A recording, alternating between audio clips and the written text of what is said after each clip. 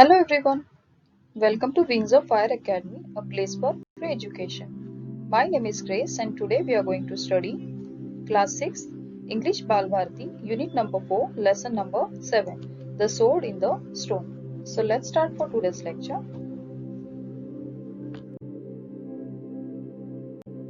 Now dear students, to learn any language, reading skill is important. कोई भी भाषा सीखने के लिए हमें रीडिंग आना जरूरी है, तभी हम उसे अच्छे से सीख सकते हैं. So that's why first of all we are going to read the passage. 4.7 The Sword in the Stone. King Arthur, famous in legends and history as one of the bravest and noblest kings of Britain, grew up as an orphan youth before destiny intervened in the form of his protector and guardian Merlin the magician to reveal his true identity to the people of Britain. In ancient Britain, at a time when the land was invaded by wild barbarians, the good and noble Lord Uther fought them bravely and drove them away from his land. The people made him king of Britain and gave him the title Pendragon, meaning dragon's head. King Uther Pendragon ruled Britain wisely and well. The people were content, but very soon the king died. It was thought that he had been poisoned by some traitors. There was no heir to the throne of Britain.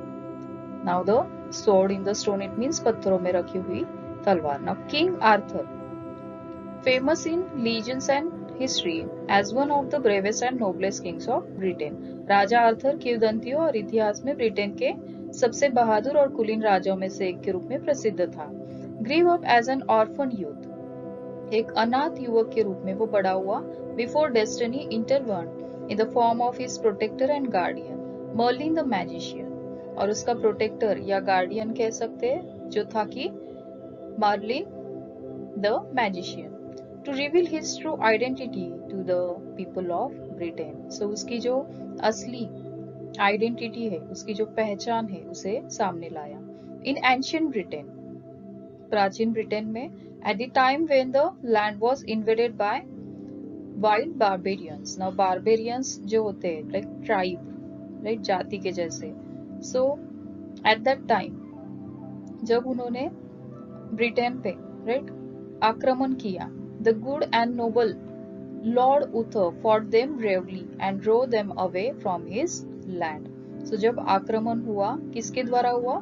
जंगली barbarians के द्वारा, right. सो जो Lord उथर था वो उसने बहुत ही बहादुरी से उनका मुकाबला किया और उन्हें ब्रिटेन की भूमि से निकाल दिया, दूर कर दिया. The people made him king of Britain and gave him the title Pendragon. So Britain के जो लोग थे, इस कारण उन्होंने उसे अपना राजा बनाया, राजा घोषित किया और उसे टाइटल भी दिया पेनड्रैगन, मीनिंग ड्रैगन्स हेड. उसका मीनिंग था ड्रैगन का सिर. King Uther पेनड्रैगन. ना उसका जो नाम है, राइट, किंग उथर, और उसे टाइटल दिया गया पेनड्रैगन. सो उसे कहा जाने लगा king Uther Pendragon. So ruled Britain wisely and well. और उसने ब्रिटेन का राजा होने के नाते उसने बहुत ही बुद्धिमानी से और अच्छा शासन किया. The people were content. और लोग बहुत ही ज्यादा उससे संतुष्ट थे, खुश थे. But very soon the king died. लेकिन बहुत ही जल्द राजा मर गया. It was thought that he had been poisoned by some traitors. So ऐसा कहा जाता है कि कुछ गद्दारों ने उसे जहर दे दिया, राइट, पॉइजन दे दिया. There was no heir to the throne of Britain. और उसके मरने के बाद में, उस राजा के मरने के बाद में, ब्रिटेन के सिंहासन पर कोई भी, उसका जो कोई भी वारिस नहीं था.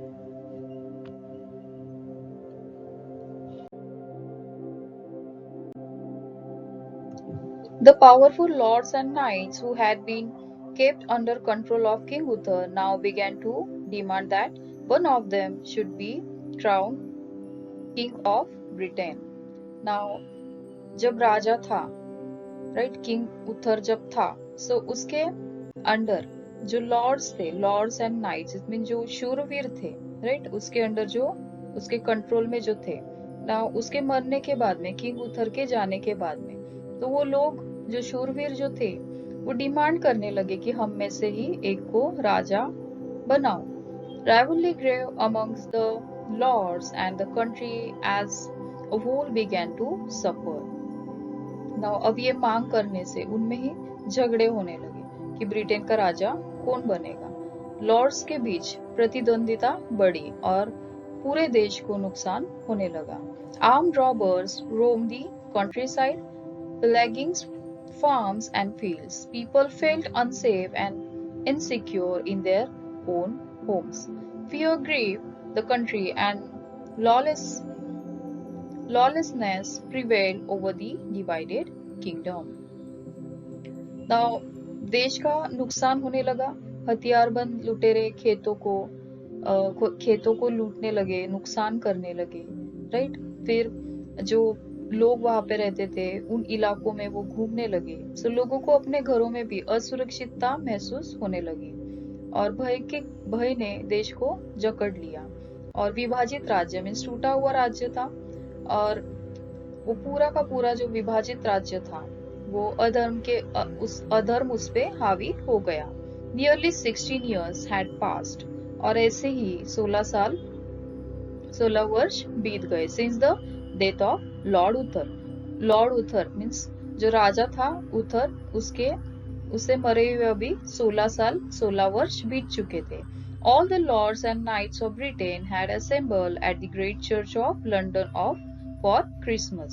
और ब्रिटेन के सभी लॉर्ड्स और नाइट्स में जो शूरवीर थे वो क्रिसमस के अवसर पर लंदन के एक चर्च में इकट्ठे हो गए।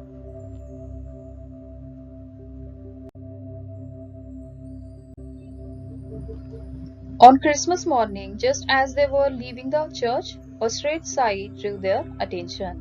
In the churchyard was a large stone, and on it an anvil of steel, and in the steel a neck sword was held, and about it was written in letters of gold, "Whoso pulleth out this sword is by right of birth King of England." Now, Christmas की सुबह जैसे ही वे church से बाहर निकल रहे थे, एक अजीब से दृश्य ने उनका ध्यान आकर्षित किया। चर्च यार्ड में एक बड़ा सा पत्थर रखा हुआ था, राइट, और उस पत्थर में एक तलवार लगी हुई थी। ना उसके बारे में सुवर्ण अक्षरों में लिखा हुआ था, इस तलवार को किसने बाहर निकाला है? जो भी इसे बाहर निकालेगा वह जन्म के अधिकार से, राइट, इंग्लैंड का राजा होगा। Many of the knights could not hold themselves back. Fancying themselves as future king, they rushed to the stone and attempted to draw the sword from its steel anvil. और वहां पर जो church से बाहर निकले हुए जो भी शूरवीर थे, नाइट्स थे, वो खुद को रोक नहीं पाए जब उन्होंने पढ़ा कि जो भी इस तलवार को उस पत्थर में से निकालेगा, स्टोन में से निकालेगा, वही उस इंग्लैंड पे राजा के रूप में शासन करेगा, वो ही फ्यूचर किंग होगा। सो ये पढ़ने के बाद में जो भी वहां पे शूरवीर थे वो खुद को रोक नहीं पाए। So you can see here in this picture, this is that anvil, okay. ये वही पत्थर था, this is the stone and this is that sword. तो जो भी नाइट्स थे वो वहां पे भागते हुए चले गए और उन्होंने उस तलवार को पूरी ताकत से निकालने की कोशिश की, but none of them could so much as move the sword. लेकिन उनमें से कोई भी उसे बाहर निकाल नहीं पाया, इवन उसको मूव भी नहीं कर पाया, थोड़ा सा भी हिला नहीं पाए।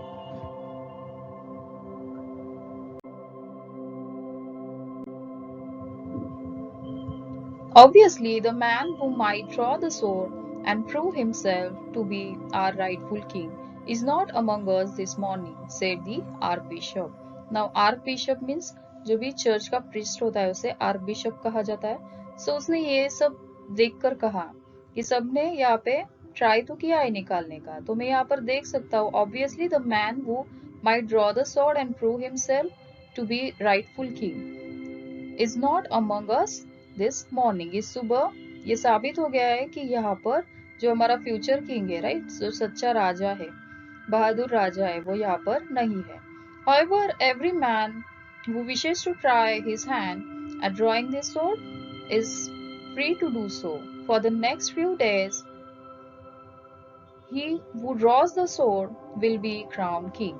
And to celebrate the appearance of this magnificent sword and prepare ourselves For the arrival of our future king, we will hold a magnificent tournament on New Year's Day. Right? So, हालांकि हर आदमी जो इस तलवार को खींचने में अपना हाथ आजमाना चाहता है, सो कुछ दिनों के लिए उसको वो स्वतंत्रता मिलने वाली है। वो जो तलवार खींचेगा, राइट, उसे राजा का ताज पहनाया जाएगा और इसकी उपस्थिति का जश्न मनाने के लिए शानदार तलवार और उसके भविष्य के राजा का आगमन के लिए खुद को तैयार करें। हम नए साल के दिन पर शानदार टूर्नामेंट आयोजित करेंगे। ओके, तो वहां पे अनाउंसमेंट किया गया कि वहां पे एक महान ऐसा टूर्नामेंट होने वाला है जिसमें कि ये राजा घोषित किया जाएगा। जो भी इस सोर्स को उस स्टोन में से निकालेगा वही फ्यूचर किंग होगा। On New Year's Day, a great number of young and brave knights gathered to attend the church service. After that, they met in the field nearby to participate in the great tournaments. Dukes and counts, earls, barons, and knights crowded on to the field. So, नए साल के दिन church में जो service होती है, जो सेवा होती है, उसमें भाग लेने के बाद में बड़ी संख्या में जो युवा और बहादुर ऐसे शूरवीर थे वो वहां पर एकत्रित हुए और चर्च सर्विस के बाद में जहाँ पे टूर्नामेंट होने वाला था उस मैदान में वो आकर मिले उस टूर्नामेंट में भाग लेने के लिए। फिर वहां पे कौन कौन आए थे? Dukes and counts, earls, barons and knights crowded on to the field. मैदान पर काफी उनकी भीड़ लगी हुई थी।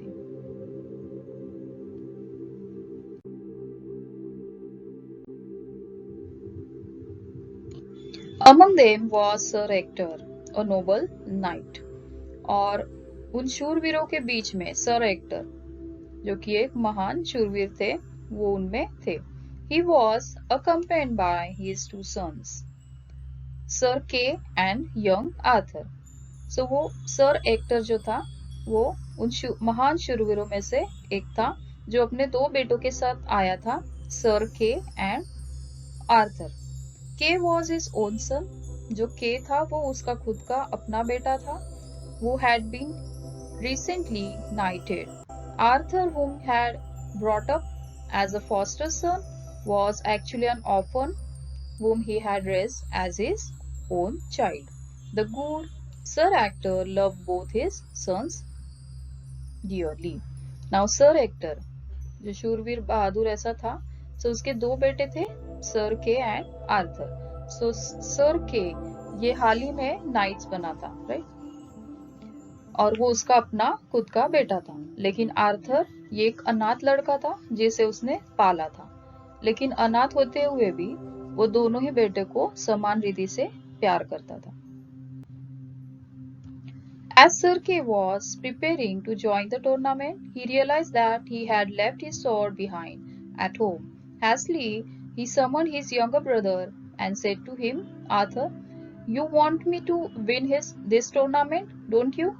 Then you must help me out. Take my horse and gallop home as fast as you can. Get my sword and rush back here at once. I'm going, called Arthur. Rust off at once. You shall have your sword sooner than you think. Okay. Now Sir K, जो इस tournament में हिस्सा लेने वाला था, सो उसे याद आया, उसे रियलाइज हुआ कि उसकी जो तलवार है वो घर पे ही रह गई है, वो भूल कर आया है। सो उसने अपने भाई को आर्थर को बुलाया और उसे कहा, you want me to win this tournament don't you? क्या तुम नहीं चाहते कि मैं इस टूर्नामेंट को जीतूं, राइट? सो तुम्हें मेरी एक मदद हेल्प करनी होगी। सो जल्दी से घर जाओ मेरा घोड़ा लेकर, राइट, और जल्दी से मेरी तलवार लेकर आओ। सो आर्थर भी इसके लिए मान गया और उसने कहा कि मैं जा रहा हूँ, राइट। आर्थर ने कहा कि मैं जा रहा हूँ और जल्दी ही तुम्हारे सोचने से पहले ही मैं तलवार को लेकर आ जाऊंगा।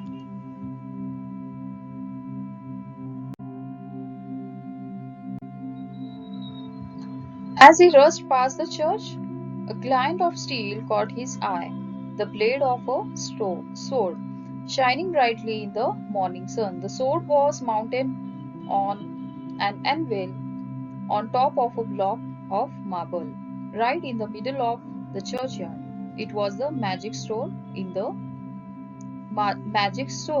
the stone, but Arthur knew nothing about it.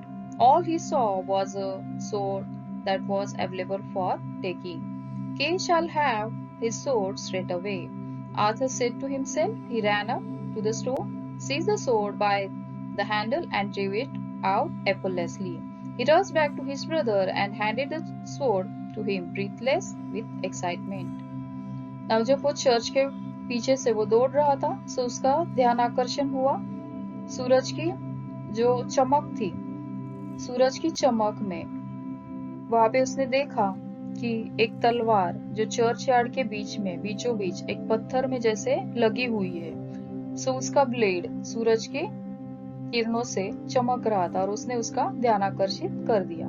सो उसने सोचा कि अब के की तलवार मिलने पर है और वो वहां पर भागता हुआ चला गया और उसने सोच लिया कि इसे मैं ले सकता हूँ ताकि के इसे यूज कर सके और उसने बड़ी आसानी से उसे उस स्टोन में से बाहर निकाला और उसे कुछ भी एफर्ट्स उसके लिए नहीं लगे। बहुत ही आसानी से उसने उसे बाहर निकाला और भागते हुए अपने भाई के पास में चला गया और उसके हाथ में उस तलवार को देते हुए उसने कहा, breathless with excitement, "You are back very soon," Sir K said to him. लेकिन सर के ने कहा, उसके भाई ने कहा कि तुम तो बहुत जल्दी आ गए। But hey, this is not my sword. लेकिन उसने हाथ में तलवार लेते हुए कहा कि है, लेकिन ये मेरी तलवार तो नहीं है।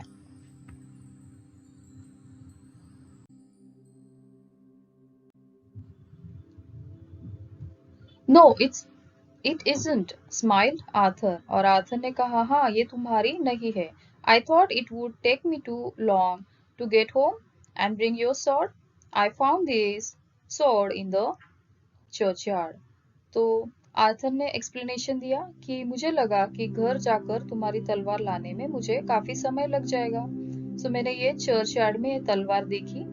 It look good and I thought you could use it today. और मैं जब लेने जा रहा था तो मैंने चर्चयार्ड में तलवार देखी और मुझे वो अच्छी लगी और मैंने सोचा कि तुम इसे आज के लिए यूज कर सकते हो।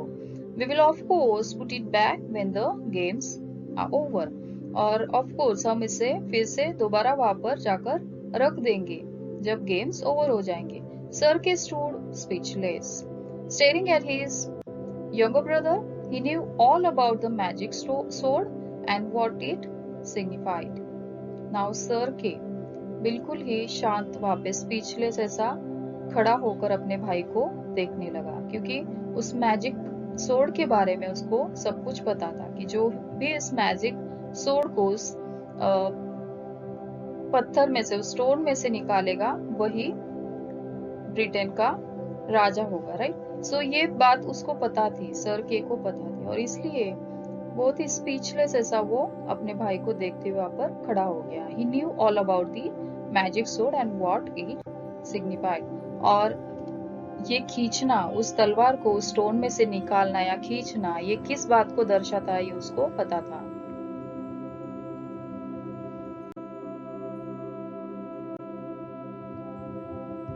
But Arthur was unaware of it all. Arthur had always been a brave and valiant boy, and he had excelled in fencing and archery. He donned his father and his half-brother, and his dream was to become a squire to his dashing brother. And now, without even knowing what it implied, Arthur had drawn the magic sword from the stone. Kay's mind was working rapidly. He actually held the sword of the stone in his hand, the very same sword that the strongest and best knights could not so much as grip or get hold of. Now, ये magic sword के बारे में, इस जादुई तलवार के बारे में आर्थर को कुछ भी पता नहीं था। वैसे तो वो आर्थर हमेशा ही एक बहादुर ऐसा लड़का था। उसने तलवारबाजी, तीरंदाजी में उसने काफी उत्कृष्ट ऐसा प्रदर्शन किया था।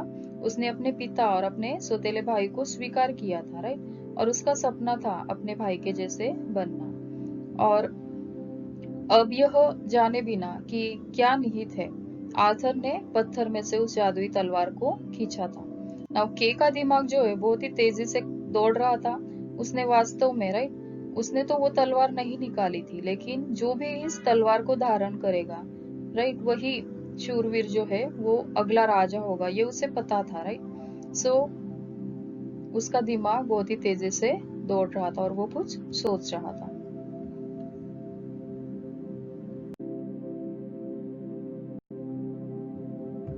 Sir Kay seized the sword and ran to their father, leaving bewildered Arthur behind him. He said to Sir Ector, "Father, father, this is the sword of the stone, and I have it in my hand.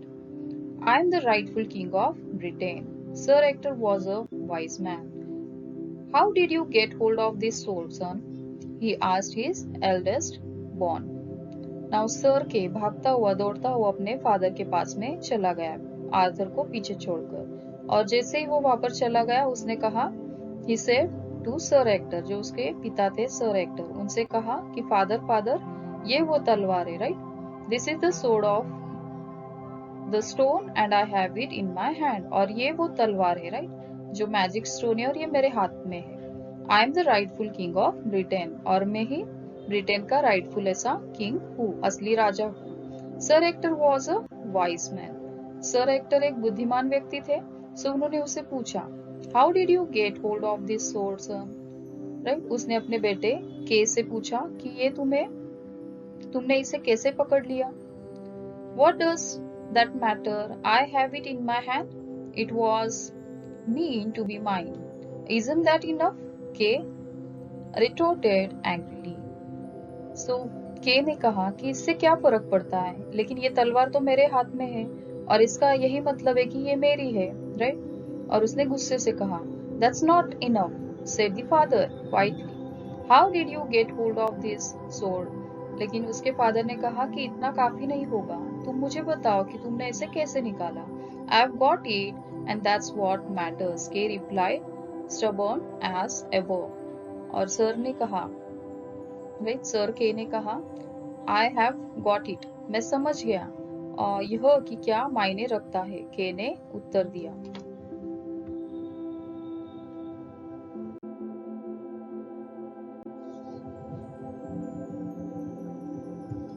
Well then, come with me, Sir Ector said, and led his son inside the great church, which was now empty.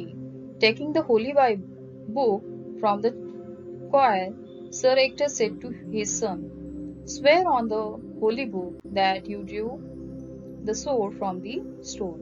So sir actor उसे, sir के को, right, उस अपने बेटे को church में लेके गए, जहां पर अभी कोई नहीं था, पूरा एम्प्टी था।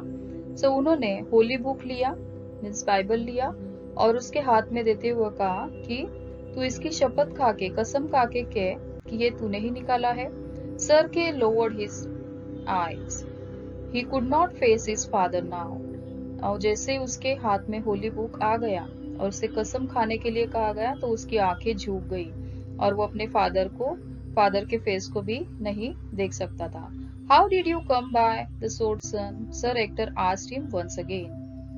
Now Sir Ector ने अपने बेटे से पूछा, How did you come by the sword? So तुम ये कैसे लेकर आए? Arthur brought it to me, father, said Kay.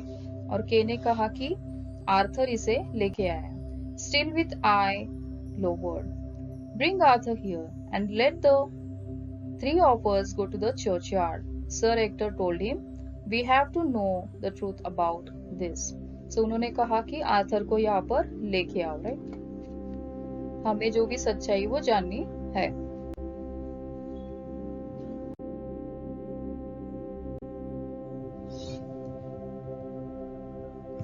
Soon the three of them were at churchyard.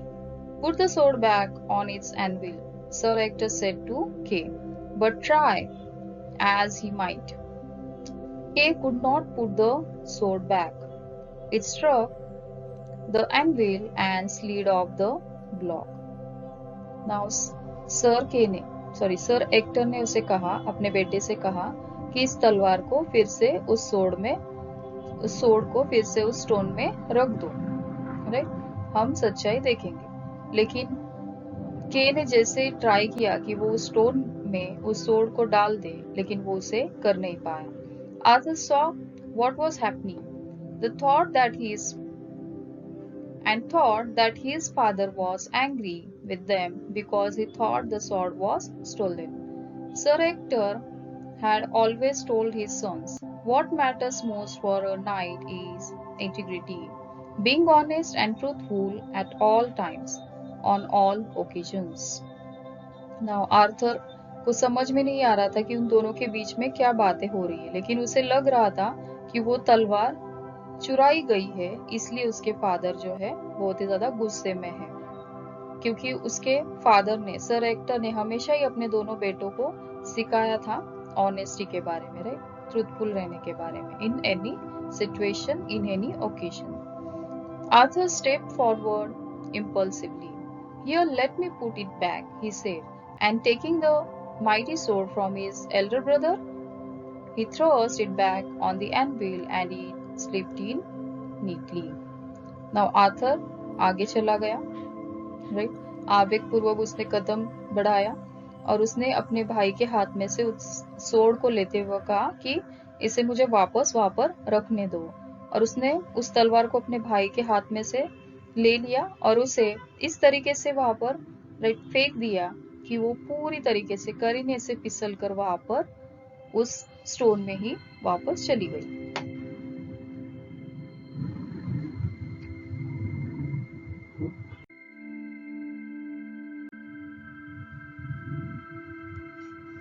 I assure you, father, I did not steal the sword. Kay needed a sword urgently, and I did not want to keep him waiting. Rather than ride all the way home, I decided to take the sword which I found in the churchyard, and see, it is back in its place now. I fully intended to put it back in place after the tournament. And glancing at his brother, he added, I am sure that is what Kay would have told me to do. Wouldn't you, brother? Now, Arthur को इसके बारे में कुछ भी नहीं पता था, सो उसने एक्सप्लेनेशन दिया अपने फादर को कि ये मैंने चुराई नहीं थी, राइट, ये मैंने स्टील नहीं की थी, चुराई नहीं थी. के को तलवार की जरूरत थी अर्जेंटली, और घर जाकर आने में काफी समय बीत जाता, सो इसलिए मैंने डिसाइड किया कि ये जो सोड है मैं इसे ले लूंगा चर्चयार्ड से, और जब काम हो जाएगा तो मैं इसे टूर्नामेंट के बाद में वापस वहां पर रख दूंगा. और उसने पूछा कि क्या हमने यही नहीं सोचा था भाई? सर के did not speak a word, लेकिन सर के मुंह से कुछ भी शब्द नहीं निकला, उसने कुछ भी नहीं बोला. All right Arthur, I believe you, sir actor ने कहा कि ठीक है, मैं तुम पर विश्वास करता हूँ. Now let me see you draw that sword out as you did the first time. First you के, राइट. नाउ सर एक्टर ने कहा, now let me see you draw that sword out as you did the first time. तो मुझे देखने दो कि पहले first time जैसे तुमने उसे खींचा था, मैं उसे दोबारा देखना चाहूंगा कि तुमने उस सोड को उस स्टोन में से कैसे निकाला था. लेकिन इससे पहले के इसे ट्राई करेगा. But try as he might, के could not so much as grip the handle, and he could not move the sword however hard he tried. और जब उसे मौका मिला, राइट, जब सर एक्टर ने कहा कि तुम पहले करके दिखाओ, तो उसने पूरी कोशिश की, लेकिन वो उसे थोड़ा सा भी हिला नहीं पाया.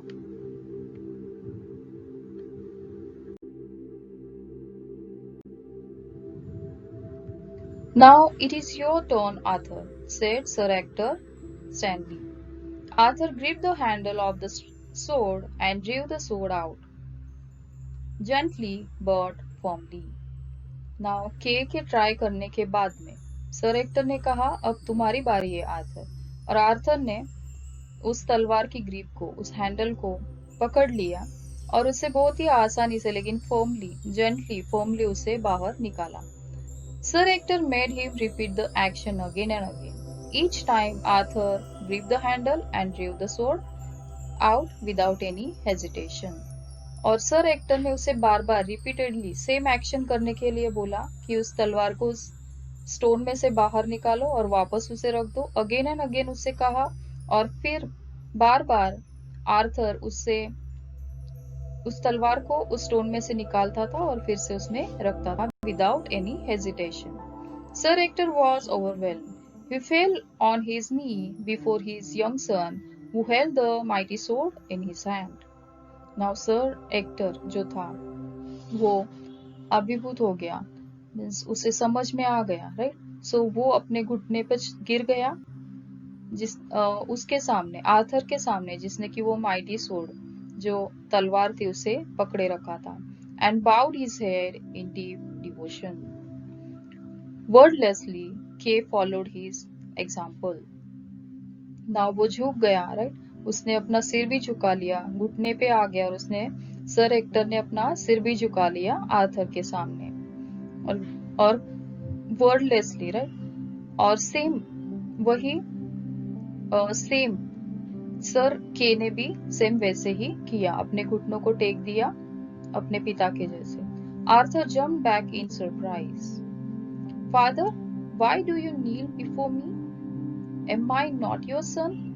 सो आर्थर को मीन्स आश्चर्य हुआ, राइट। सो उसने पूछा कि पिताजी आप मेरे सामने घुटने क्यों टेक रहे हो?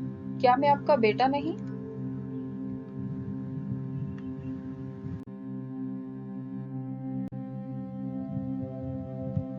That is what I had thought until now, Sir Hector replied. But now I know better. I know whose son you are. Now Sir Hector ने क्या रिप्लाई किया? उसने कहा कि अब तक मुझे लगता था कि तुम मेरे ही बेटे हो, लेकिन but now I know better. I know whose son you are. लेकिन अब मुझे समझ में आ गया कि तुम किसके बेटे हो. You are the son of the good King Uther Pendragon. And I bow to you as you are the king of Britain now. और मुझे समझ में आ गया है कि तुम किंग उथर, राजा उथर पेनड्रैगन के बेटे हो. And I bow to you as you are king of Britain now. और मैं इसलिए तुम्हारे सामने घुटने पे आ गया हूँ क्योंकि तुम ब्रिटेन के अब किंग हो. How could that be? You and I know that I was an orphan boy entrusted to your care. So Arthur ने कहा कि ये कैसे हो सकता है? आपको तो पता है कि मैं एक अनाथ ऐसे लड़का था जिसको आपने संभाला है. Silently, Sir Hector pointed to the inscription on the stone which Arthur had not seen until now. Whoso pulleth out this sword is by right of birth king of England. और सर एक्टर ने जहां पर वो लिखा था सुवर्ण अक्षरों में, उस स्टोन पर लिखा हुआ था कि जो इस तलवार को बाहर निकालेगा, इस स्टोन में से खींचेगा, वही इंग्लैंड का राजा होगा. सो उस इंस्क्रिप्शन को उसने आर्थर को दिखाया. But it can't be me. Father, I am your son and I shell always remain your son. लेकिन आर्थर ने कहा लेकिन यह नहीं हो सकता है, right. But it can't be me, मैं ये नहीं हो सकता हूँ, मैं तो आपका बेटा हुआ, हमेशा ही आपका ही पुत्र बना रहूंगा.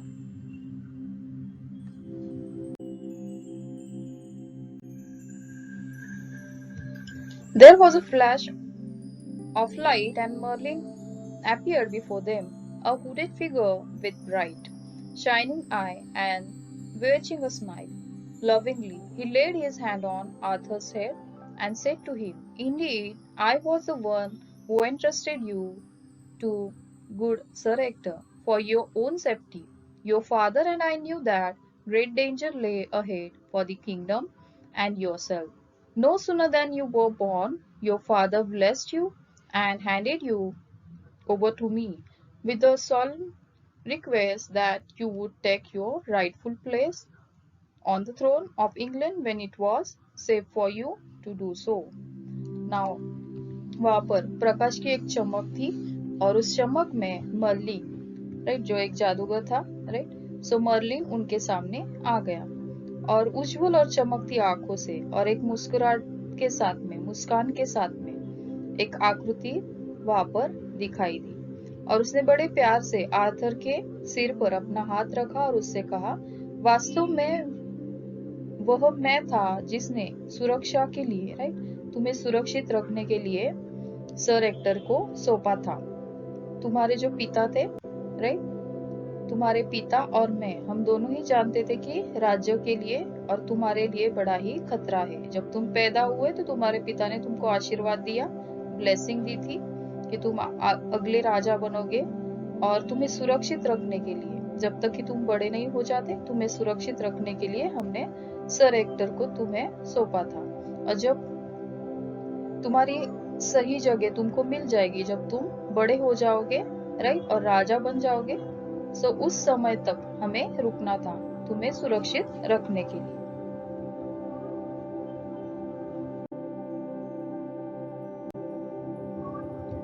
Turning to Sir Ector, Merlin said, "In the name of the late King Uther, I thank you. You have done a splendid job of bringing up the heir to the British throne." Now Sir Ector की ओर मुड़ते हुए Merlin ने कहा, स्वर्गीय राजा उथर के नाम पर मैं तुमको धन्यवाद देता हूँ। तुमने ब्रिटिश के सिंहासन के उत्तराधिकारी को, राइट, संभालने का, उसे बड़ा करने का एक शानदार काम किया है। Now you must inform the Archbishop and your fellow knights of all that has happened here. I shall await your return. Forthwith, Sir Ector called upon the Archbishop and all the lords assembled at the tournament. Now, Merlin ने जैसे कहा कि अब तुम arc bishop को बुलाओ और सारे जो शूरवीर है यहाँ पर, नाइट्स है, उनको भी बुलाओ और यहाँ पर क्या हुआ ये उनको बताओ, राइट। तो सर एक्टर ने वैसे ही किया। आर्क बिशप और बाकी जो वहां पर टूर्नामेंट में जो भी नाइट्स और लॉर्ड्स वहां पर आए थे उन सबको बुलाया। Holding Arthur by the hand, he announced to the assembly, behold the rightful king of England. और सर एक्टर ने, right, holding Arthur, right, so Sir actor ने क्या किया, holding Arthur by the hand and announce to the assembly, और सारे जो लोग वहां पर जमा हुए थे, पूरी सभा, राइट, सो उसमें आर्थर का हाथ पकड़ते हुए उन्होंने घोषणा की, इंग्लैंड का असली राजा।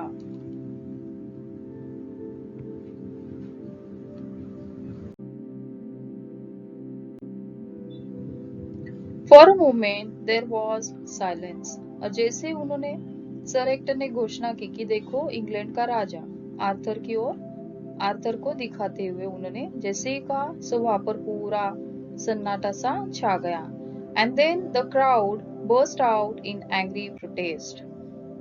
और 1 मिनट के लिए वहां पर सन्नाटा था, पूरी तरह से साइलेंट था वहां पर। और उसके बाद में बड़े ही जोर से, राइट, गुस्से में लोगों ने विरोध का प्रदर्शन किया। How can we believe you, उन्होंने गुस्से से चिल्लाते हुए कहा कि हम तुम पर विश्वास क्यों करें। Who is this unknown boy? Where did he come from?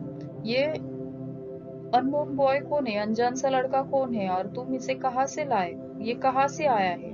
How is he any better than one of us, और ये हम में से बेहतर कैसे हो सकता है राजा बनने के लिए।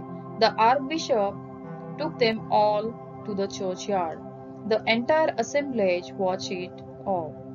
The Arthur inserted the sword in the anvil and drew it out effortlessly. Some of the lords and knights also tried to draw the sword but failed to do so. और जो आर्क बिशप थे वो उसे, उन सभी को church yard में लेके आए और पूरी जो सभा थी, सारे लोग थे, सो उनके सामने आर्थर ने क्या किया, उसने उस स्टोन में से उस सोर्ड को निकाला, राइट, और उस बहुत ही एफर्टलेसली उसे बाहर निकालकर उन्हें दिखाया। लेकिन सेम चीज, सेम थिंग बाकी शूरवीरों ने भी करनी चाहिए, उन्होंने भी कोशिश की, लेकिन वे सारे असफल रहे।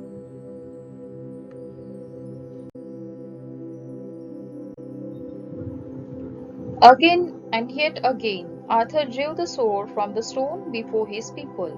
और बार बार आर्थर क्या कर रहा था, उन लोगों के सामने उस सोर्ड को बाहर निकाल रहा था उस स्टोन में से। Each time cheers went up. And each time more and more knights drew their sword and held them high in the gesture of loyalty to their newfound prince. और जैसे ही वो इस एक्शन को करता था, सो जो वहां पर नाइट्स थे, राइट, जो शूरवीर वहां पर खड़े थे, वो हर बार चीयर्स में अपनी तलवारों को उछाल रहे थे और उसे पकड़ रहे थे। ये चिन्ह था कि अपनी वफादारी का वो लाइक जेस्चर ऑफ लॉयल्टी, अपनी वफादारी का एक इशारा करते हुए उन्होंने ये किया अपने न्यू प्रिंस के लिए। Loud cheers rose from common people, और वहीं पर कॉमन पीपल मीन साधारण जो लोग थे, आम लोग थे, वो भी वहां पर थे, वो भी उठ खड़े हुए और वो भी चीयर्स करने लगे।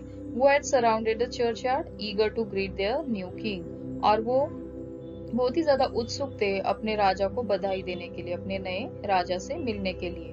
Now Merlin stepped out of the shadows. Now अब ये बात साफ हो चुकी थी कि यही कौन है, भावी राजा बनेगा। सो वहां पर जो मर्लिन था, जो उसकी शैडो है, उसकी छाया है, सो वो भीड़ के सामने वो आ गया और भीड़ को, लोगों को संबोधित करते हुए उसने कहा, Behold, people of Britain, I present to you the one and only son of King Uther Pendragon as his queen.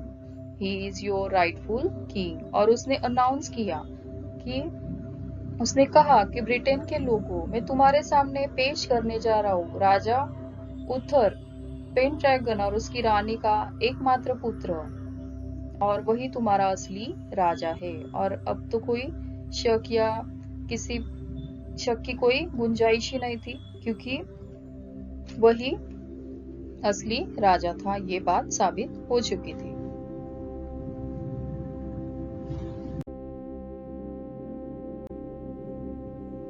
Let's see the hard word meanings.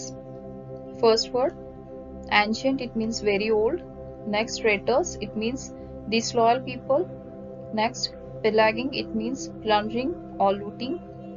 Next word, insecure, it means lack of confidence.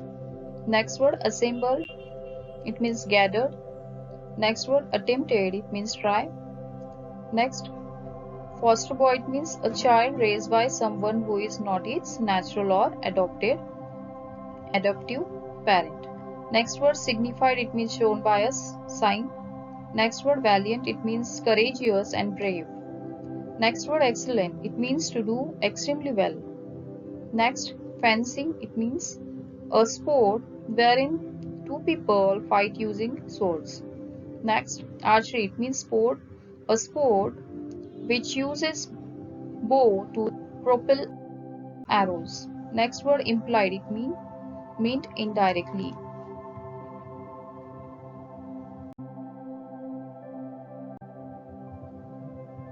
Integrity, it means strong moral principles. Next, intended means planned to. Next word, grief, it means something that grasps and holds. Next, hesitation, it means delay due to uncertainty. Next, overwhelmed, it means to affect one's emotion in a powerful manner. Next, waging, it means delightful. Next word, entrusted, it means handed over. Next, solemn, it means serious behavior or attitude. Next word, forthwith, it means immediately. Next word, archbishop, it means a bishop or priest of the highest rank. Next, assembly, it means a group of people gathered at the place. And last word is anvil, it means a heavy block, like this. So today we learned 4.7 number lesson, the sword in the stone. I hope you all understood this lesson. इसके question answers के लिए आप channel playlist check कर सकते हैं। Question answer का video मैंने already upload किया है। अगर आप मेरे चैनल पे नए, like, share and subscribe to my channel. Also press the bell icon so you'll get the notification of the new video. This is all for today's video. Thank you.